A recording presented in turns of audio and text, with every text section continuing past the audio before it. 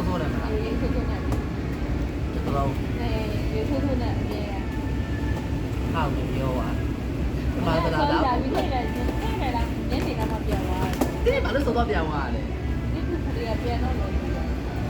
ဘာသာထိုင်လို့ ဟောက်ပြောပါ ဒီနေ့တို့ယူနေတာ